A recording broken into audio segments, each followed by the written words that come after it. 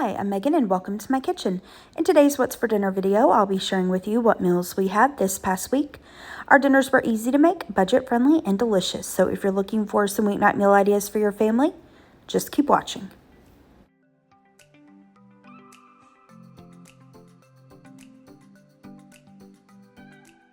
For dinner this first night, I made Pollo Loco. Now, normally I follow the plain chicken's recipe for this. I've shared it before on my channel. I'll link it down in the description box below. But pretty much this night, all I used was the same marinade that she suggests. So what I'm going to do is take these chicken breast cutlets along with the Lowry's Baja Chipotle marinade. I'm going to add both of those to a Ziploc bag and then marinate this overnight. You can do it for as little as about 30 minutes or so. The plain chicken has a recipe for like a Mexican style rice in that Pollo Loco recipe, but tonight I'm going to use this yellow rice mix by Goya. This was my first time using it and I actually really liked it. I'm just going to cook it according to the package instructions. To go along with the rice and chicken, I'm going to make some restaurant style refried beans. I'll link the recipe that I use in the description box below. I don't use the exact measurements anymore. I just kind of eyeball it. Basically, all you need are some refried beans. Just use your favorite kind. You'll need some sour cream, hot sauce of your choice, and then I like to add in some salt and pepper and sometimes a little bit of taco seasoning. Just add all of that to a little saucepan and cook it on low until it's heated through. Now back to the chicken. Really, you can cook it any way you'd like to, on the grill, on top of the stove. I decided to do it in the oven this night. Just laid my chicken out on a cookie sheet that I sprayed with a little bit of cooking spray. Seasoned the chicken with a little bit of salt and pepper and then baked it at about 350 degrees for 15 minutes or so until the chicken is at least 165 degrees internal temperature. Here is a picture of my plate, and I apologize. I had footage of everything finished, like the finished rice, beans, the chicken. I don't know what happened to it, but you can kind of see the final products here. Now, for the cheese part for the Pollo Loco, sometimes I make like a homemade queso dip. I use the same recipe that Love Missy XO uses. I'll link it down below. You can also use like the Gordo's cheese dip. On this particular night, I had bought, it was the Cacique brand white queso dip. I wouldn't recommend buying that, and sorry, I don't have a picture of it. It's just the Cacique queso dip. It has jalapenos in it. The flavor was good, but the texture was way off. It was super thick. We heated it according to the instructions. It never did get like really smooth like a queso dip, so I would stick with the Gordo's cheese dip or another brand, or you can make homemade. But this is delicious. We love the Pollo Loco. Some places call it arroz con pollo. Some people call it pollo bandito. Whatever you want to call it, it is delicious, and we like to just serve some diced tomatoes on top. I had some strip steaks in my freezer as well as some scallops from a Good Chop order I did several months back. Wanted to use those up, so I decided to do steak and scallops. I'm first going to start out by making some sauteed onions and mushrooms for our steak. In this skillet, I'm going to add just a little pat of butter and then turn the heat on to medium. Once the butter is melted, I'm going to add in some onions that I sliced thinly, as well as some sliced mushrooms. I'm going to season that with a little bit of salt, pepper, and then I like to add in some minced garlic and a couple dashes of Worcestershire sauce. I'm going to give that a stir and then just cook that, stir every so often until the onions are really tender and soft. All right, so for the steaks, I know a lot of people kind of have their way they like to make steaks. This is just how I like to do it. So I like to set my steaks out for at least an hour before I cook them. Just allows the meat to kind of come to room temperature. On this particular day, I decided to use some kosher salt, fresh cracked black pepper, and then I'm using the Kinder's Buttery Steakhouse seasoning as well as the Kinder's Steak Blend seasoning. I'm going to season both sides of the steaks pretty generously. Now, in my personal opinion, and you know, opinions, we all have them, a good steak really needs to be seasoned well with salt and pepper. You can add other seasonings if you want to, but if you've seasoned a steak really well with salt and pepper, that's really all you need. I'm going to let the steaks sit with that seasoning on it for just a few minutes while I prep the rest of dinner. All right, so for the side dishes, I wasn't super hungry this night, so I didn't fix myself a potato, but we had one of these microwavable baked potatoes. I'm just going to cook it according to the package instructions. To cook the steaks, I normally use my cast iron skillet, but I didn't feel like getting it out this night. I already had out my other pans. So I've got this over about medium-high heat. I've added a little bit of oil. Once the skillet is nice and hot, I'm going to sear the steaks on both sides until they are done to my liking. How long you cook your steak really depends on how thick your steak is and whether you like it, rare, medium rare, well, however you like it. Now, when the steaks are almost done, I like to take just a little pat of butter and place it on the steak. And then when the steaks are done, I remove it to a plate and allow it to rest for about 10 minutes. Now I'm going to cook the scallops while the steaks are resting because the scallops take like no time at all. So in this skillet, again, medium-high heat, I've got a little pat of butter and some just plain vegetable oil. Once the oil and butter is hot, I'm going to add my scallops. They just take a minute or two on each side. If you overcook scallops, just like with shrimp, you're going to have rubber. So just a minute or two on each side and they are done. Once they're seared, I'm going to add in a little bit of salt, some of the the Kinder's Buttery Steakhouse seasoning, and some lemon juice, and then that's it. The scallops will be done. I'll remove them to a plate and allow them to rest for just a minute or two. And here are the plates. So we've got some of the steak, the scallops, the sauteed onions and mushrooms. And then for my husband's baked potato, I did some butter, sour cream, shredded cheese, and bacon crumbles. And then again, I just did a quick side salad for mine. This was delicious. We did like a little mini date night. We had this and watched, I think, like Halloween Wars. So it was so yummy. Now, I've had a couple comments in the past from people. I don't think they regularly watch my grocery hauls because I talk about this in my grocery hauls about, well, how can this be a budget-friendly dinner? You're eating steak and scallops. And so I just wanted to share a couple tips real quick, again, for those of you who may be new to my channel or don't watch my grocery hauls. So I watch the sales at the grocery store. And I also, when I'm at the grocery store, I will look at their marked down meat. As long as the meat, is good, it looks good, it's not discolored or anything, it's still good, even if it's close to or past the expiration date. So I will buy things like steak or pork butts or ribs or scallops or seafood. I'll get it when it's on sale or marked down. I'll put it in my freezer. And then when we want to have something like steak and scallops, I've already got it in my freezer and I bought the meat at a discount.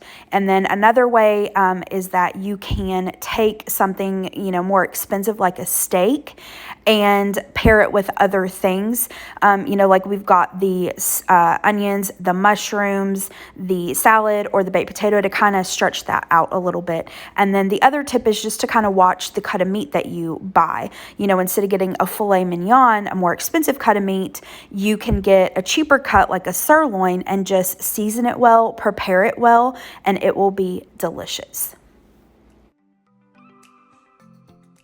Dinner the next night was definitely off meal plan, but we kind of hit the trifecta this night, and I was not about to cook. And by the trifecta, I mean we got our flu shot this day, our booster shot, and a cold front and storm came through, which totally wreaked havoc on our sinuses. So I told my husband, I was like, not cooking. What do you want to do for dinner? And he didn't feel great either. He really wanted a burger, so we just ordered from a local restaurant. They just do like burgers, chili dogs, hot dogs, that kind of thing. He got a hamburger that has like barbecue sauce and chili and an onion ring on it. And I got their small Philly cheesesteak. I wasn't super hungry.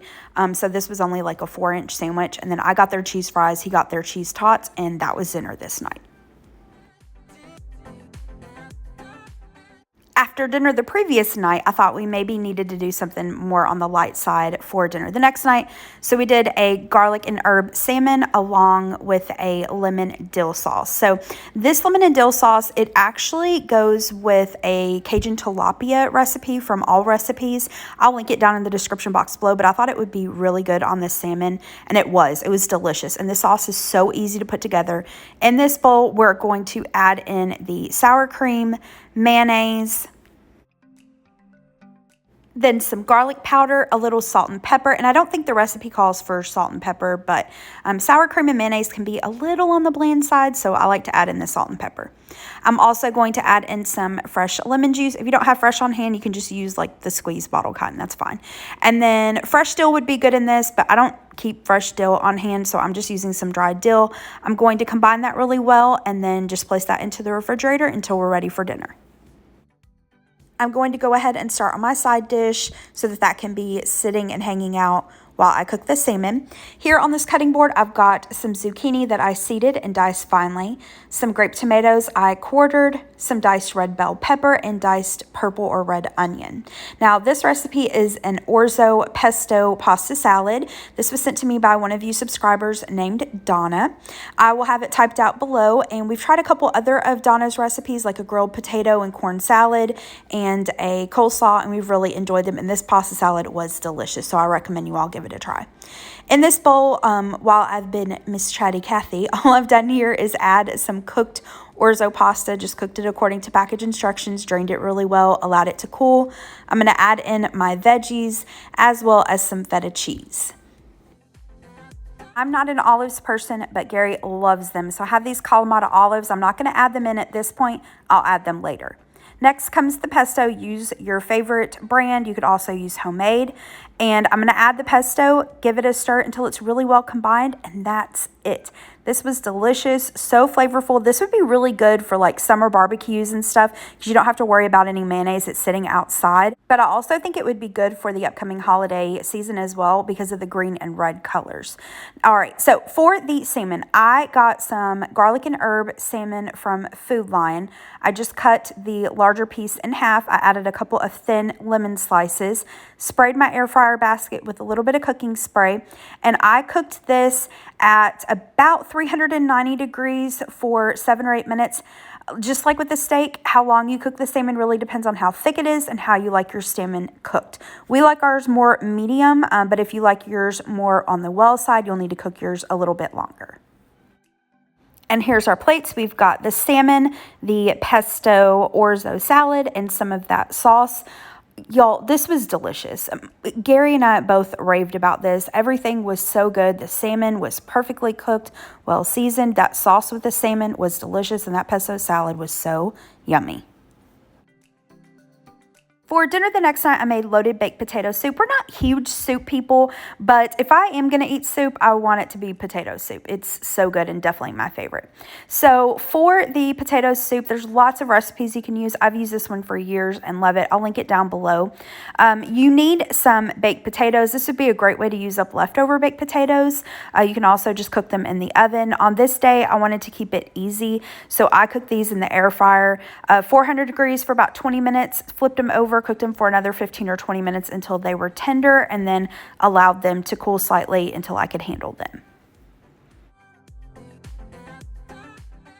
All right, in my pot, I've got it over about medium heat. I'm going to take some bacon. I had this in my freezer. I wanted to use it up, so I just allowed it to thaw. I'm going to take a few slices. I think I did 6 slices, 4 for the actual soup, 2 for garnish. I chopped up the bacon, and I'm going to cook that bacon over about medium heat until it is crispy. I'm going to remove it to a paper towel lined plate. Now, depending on the kind of bacon you have, you might have a lot of bacon fat, a little.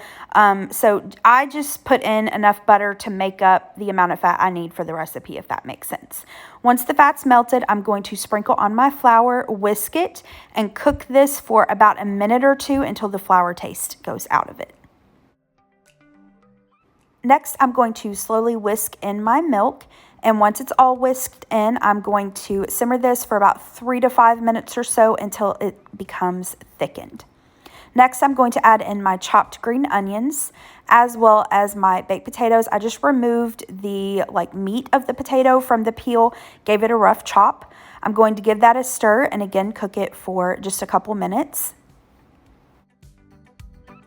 Then I'm going to add in some of the cooked bacon as well as some shredded cheddar cheese, sour cream, and then I'm going to season this to taste with some salt and pepper. Give it one last stir, and it takes just a couple minutes for the cheese to melt, and that's it. Your soup will be ready, and this is what it looks like when it's done. Now, I mentioned we're not big soup people, but my husband loves sandwiches. So if I make Gary a sandwich with soup that I make, I know I'll win his heart over. Now, I say that jokingly. Really, the only thing he would straight up complain about if I made for dinner is tuna noodle casserole. Everything else he's grateful for, or he at least knows enough to keep quiet about it. I'm joking. But anyway, I had a few odds and ends in the fridge that I needed to use up anyway. So I decided to do just a quick like grilled sandwich for him. We had some of this rye bread, some turkey, a couple slices of Swiss. I'm going to add a tiny bit of Dijon mustard, and after I took this little picture, I decided to add a tiny bit of mayonnaise, and then I'm going to use some butter for the outside of the bread. You all know how to make a grilled cheese sandwich, so that's basically what I did. Here is his finished plate. I forgot to get a picture of mine. To garnish the soup, just added a little extra cheese, bacon, and green onions, and then we've got this sandwich, and this potato soup is delicious, and he really enjoyed the sandwich. He said it was really good. For dinner this next night, I tried a new recipe for Copycat Cracker Barrel chicken tenders. That's a mouthful. I saw this on the Plain Chicken. I'll have it linked down below. Super easy, just a few ingredients. You'll need some chicken tenders. If you don't want to buy the chicken tenders, sometimes they can be a little on the pricey side. You can just use chicken breasts and cut them into slices yourself. For the marinade, we need some Italian dressing, honey, and lime juice. In this measuring cup, I just whisked up the marinade ingredients, added that along with the chicken tenders to a Ziploc bag, and I refrigerated these overnight. Now, I think the recipe calls for you to grill these on an outdoor grill. You can totally do that. It was a little chilly this day, and honestly, I just didn't feel like fooling with it. So I'm going to use my Cuisinart 5-in-1 griddler. Love this thing. My parents got it for me a few years ago for Christmas. Love it. So I just sprayed the grill down with just a tiny little bit of cooking spray. There was honey in that marinade. I didn't want to take a chance that it stuck. And I cooked this just for maybe about 5 to 7 minutes total. Because they're chicken tenders, they don't take very long at all. And especially that griddler cooks it from the top and bottom. Just cook it until it's at least 165 degrees. For one of my sides, I'm making my glazed carrots. I've shared this many times before on my channel. I don't measure anything. I just eyeball it, do it to taste. Here's what I use. I like to do some salt and pepper, some canned carrots that I drain, honey, brown sugar, and a little bit of butter. I just add that to a saucepan, bring it to temperature over about medium-low heat until everything is warm and the honey and brown sugar is dissolved. For my other side, I tried my Uncle Travis's cabbage au gratin. I'd never tried this before, and it was delicious, surprisingly delicious. I wasn't so sure about it, but it was really yummy. I'll be sharing how I made this in an upcoming video. I think it's coming out this week, so keep an eye out for that. And then for the other side, I made some easy mayonnaise rolls. These are so quick and easy to put together, and I'll show you how I make those in that same video as the cabbage au gratin. Here is the finished plate. So we have some of the chicken tenders, the cabbage au gratin, the carrots, and some of those easy mayonnaise rolls. This was such a yummy, comforting dinner. For the last dinner, I'm making bulgogi bowls. I had about a half a jar of this Korean barbecue bulgogi marinade in my fridge that I needed to use up, so I decided to do bowls. I'm also going to take this steak and slice it into thin strips, place it into a Ziploc bag along with the marinade, and I place this into the refrigerator overnight. To cook it up, I just drained the marinade off and then seared it in a skillet for about medium-high heat for just maybe 30 seconds or a minute on each side. Doesn't take very long at all. The steaks were pretty thin. Here's what I'm going to use for the actual bowls. For the rice, to keep it easy, and I have just a little bit left in this box, I'm just going to cook up some instant rice. I've got some shredded carrots, cucumber, egg, some green onions, sesame seeds, kimchi, and then I have some sriracha mayo, but I also have some of this kimchi mayo, so I'm going to use that on these bowls. Here's the rice. I just cooked it in the microwave according to the package instructions. And then to assemble the bowls, I laid down the rice and then added the ingredients, the cooked bulgogi, the cooked egg, and the veggies, and then I garnished it with some of the kimchi mayo and sesame seeds. I wasn't hungry right at dinner time, so made my husband this, and then I ate later, but this was delicious. So yummy. All right, that is it for today's video. Thank you so much for watching. I hope that you liked this video. If you did, please hit the thumbs up button below and subscribe to my channel if you're not already. Have a great rest of the day.